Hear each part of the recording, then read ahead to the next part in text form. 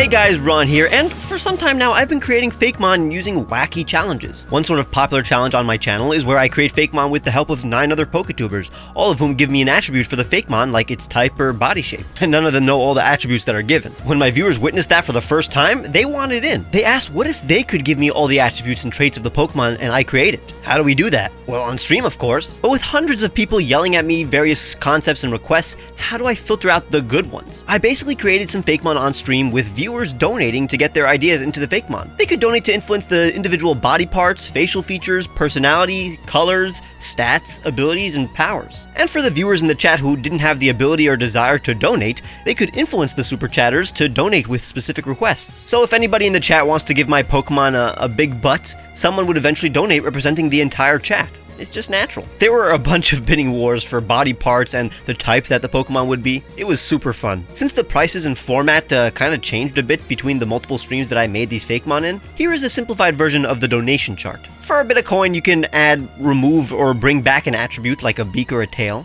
For a bit more money, you can change an attribute completely, like removing an arm or replacing them with wings. For slightly more dollars, you can change the entire type or animal that the Pokemon is based on. And for the most amount of money, you can change the entire concept of the Pokemon or add a permanent attribute like a long tongue or, anything else that can't be removed. There were other rules, but how about you show up to the actual stream next time it happens so you can see them in action. Make sure to subscribe if you want to know when this happens again, and leave a like if you want to see a part 2. So for the first Fakemon, we started with an intimidating blank slate, not knowing if such a challenge is even possible. Hopefully at least one of these 4 Pokemon is actually coherent.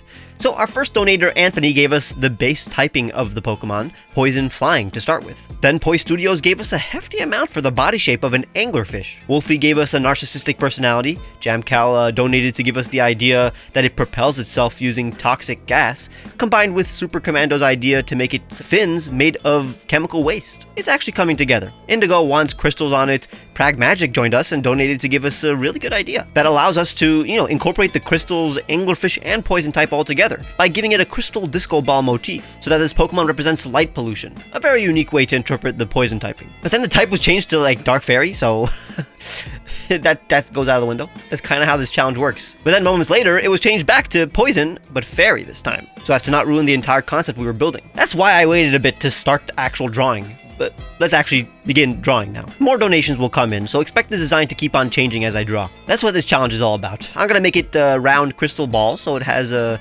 grounding shape, gaseous fins, and another ball as a lure on the head. We got a donation from Muskie to make it look friendly. And then Anthony wanted me to add back spikes, which will be easy since we have a crystal theme going on. But then I got a donation to remove this friendly face, and another to add more of an anglerfish type of face. But as a fairy type, I wanted to make the eyes a bit less monstrous. Wolfie donated to make the fog fins come out of the sides of the mouth. It's an imaginative way to make it look both poisonous and fish-like. While we were drawing, we got donations for the colors to be cerulean and fig purple. We'll implement that once we add colors. But then someone donated for the fog to be removed. And then multiple people donated to bring the fog back, permanently.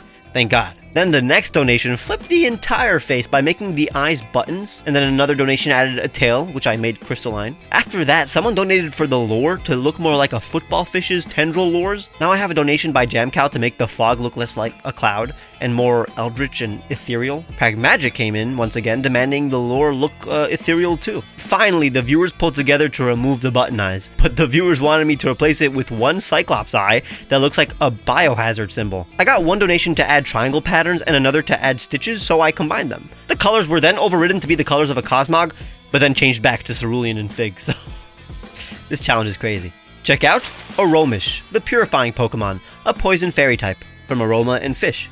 It travels from lake to lake, purifying contaminated waters. Because Aromish is usually found in polluted water, humans have long considered this species to be dirty and foul, despite it actually being responsible for clean water. It floats in the night, landing in dirty water, where it consumes bacteria and scum, releasing a gaseous byproduct from its mouth. Over its lifespan, crystallized toxins accumulate on Aromish's body. It lures in prey with its scent, and converts its food into gas. Aromish's hard skin traps in the gas within it. In battle, it releases both noxious fumes and sweet smells to knock out gut and intoxicate its opponent. It is incredibly narcissistic, believing itself to be above others for its positive effects on the environment, but when it isn't working, it can be quite friendly to those who are kind to the planet. It has the ability Corrosion, and a new signature move called Toxic Dust, a special poison move that does 80 damage and has a chance of putting an opponent to sleep. Keep in mind, its name, shiny, ability, stats, and most of the dex entry out that I just talked about were created by the viewers as well. So blame them for anything you don't like. But honestly, a really good start.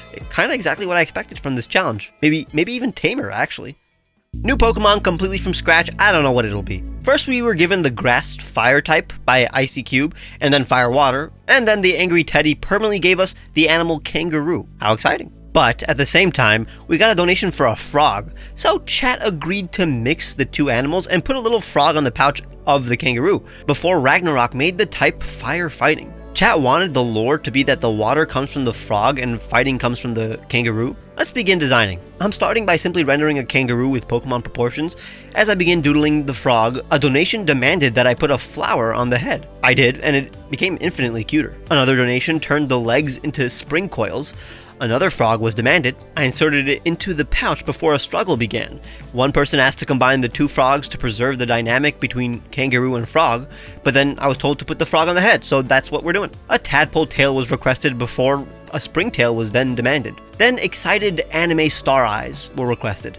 I interpreted that as Oshinoko eyes, but just as I finished, a giant donation from Snarf made the eyes like a swimmer or mechanical goggles. But then there was, for some reason, a war for whether or not the kangaroo should have floral patterns. Like, it got heated. The final bid winner was no flowers, so you don't have to ever see them. But then the Angry Teddy saved the day with a compromise. Lily pad patterns.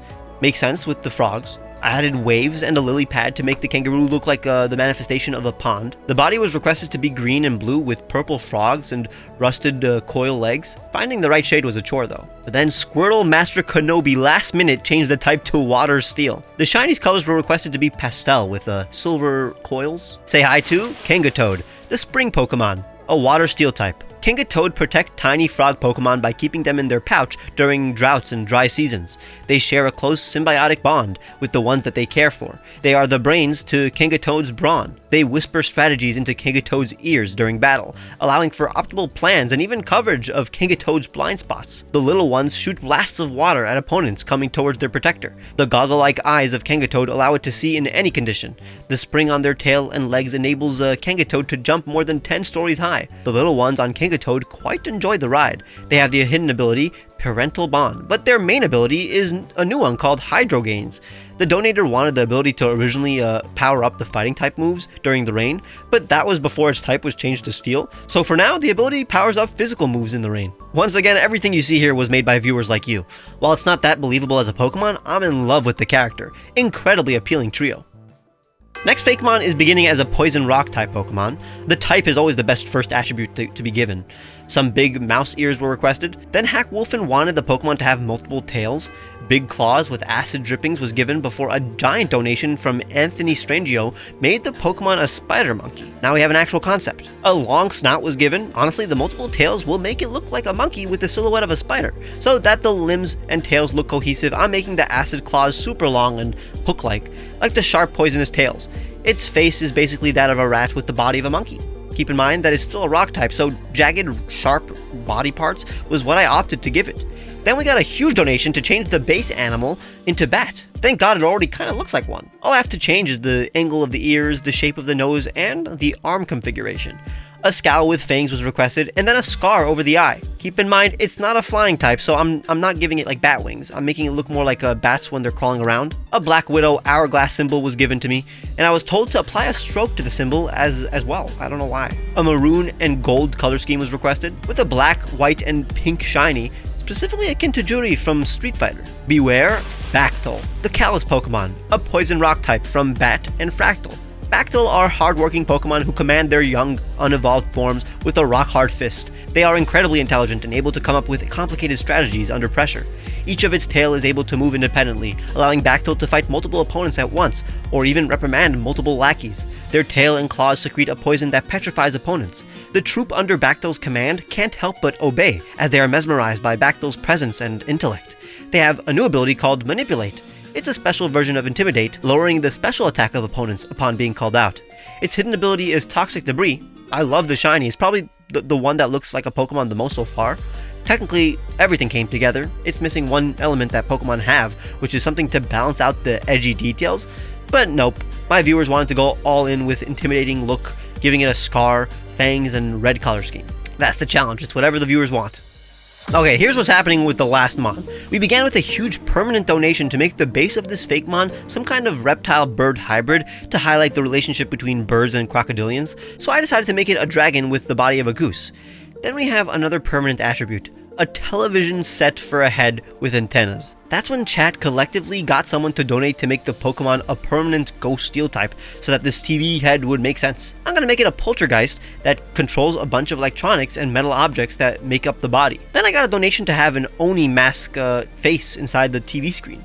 But here's the most complicated aspect. Someone kept on donating to make the Fakemon have the aspects of a Susanoo. What's a Susanoo? Well, technically it's the Japanese storm god, but in this case, it's a jutsu from Naruto. In the Naruto world, there's a special clan with ocular powers called the Uchiha clan. Without getting too much into depth and explaining what a Mangekyo Sharingan is, the point is that basically the strongest of the Uchiha have a technique where they can summon this giant armored skeleton called a Susanoo. The Susanoo is basically a Tengu, these Japanese mythical creatures. Since Tengus are based on birds, a Tengu-like Oni mask will make sense inside the screen of the TV. But let's start sketching this bad boy before more attributes are given. Basically the body of a Velociraptor with some goose-like attributes, that iconic TV head with a Tengu head coming out of it. Its body is fragmented since it's made up of different electronics. A donator specifically wanted a remote control tail. I got a donation to change the face into something way more flat, so I gave it a simple Oni face. Then I was told to make the features on the wings the same color as the TV, bar screen. I'll show it. I'll show it. I don't know what it's called. So in order to incorporate the Susanoo into it, I gave it skeletal wings with individual bars so I can add the TV bar colors later, the antennas. And then someone asked for some glitch effects. This works as a glitchy poltergeist. While it doesn't look like a Pokemon Game Freak would ever make, at least the concept is beginning to make sense. And then someone donated to make the feet tennis rackets. I mean, it kind of makes sense, but damn does it not fit. The colors were decided to basically be grayish with the rainbow for the bars. Here is the legendary Pokemon Talonaclaw, the Technopath Pokemon, a ghost steel type from television, Talon, and Claw. Talon and Claw are ancient specters that have haunted humanity for millennia. They take on the form of modern technology, which they use to manifest an entire body. It only gets more powerful as humanity becomes more advanced. Scientists have theorized of a Talon-Claw singularity, where the technology they control will be so powerful that they wipe out humanity. To scare away other Pokemon, Talon-Claw changes the channel on their face to replicate the opponent's worst fears. They have a new ability and hidden ability. First one up is Televise. By changing its face to various images, it lowers the opponent's attack or special attack, whichever is higher. Basically a combo of Intimidate and Manipulate. Its hidden ability is Malfunction. This allows Talonaclaw to hit the opponent regardless of type or ability. Accuracy still factors. Quite helpful for a ghost type. While this is obviously the least believable Fakemon today, it's basically the perfect extreme of what I thought this challenge would breed. This is what happens when you let viewers decide the Fakemon I make. And if you want to participate in the next one, leave a like and subscribe. Make sure to check the description for the music I used, the t-shirts I made for you guys, and my Patreon where you can get cool rewards like seeing my videos days early, which you can also do by clicking the join button and becoming a member. Make sure to follow me on Twitter where I show sneak peeks of these designs, and I'll see you guys very soon.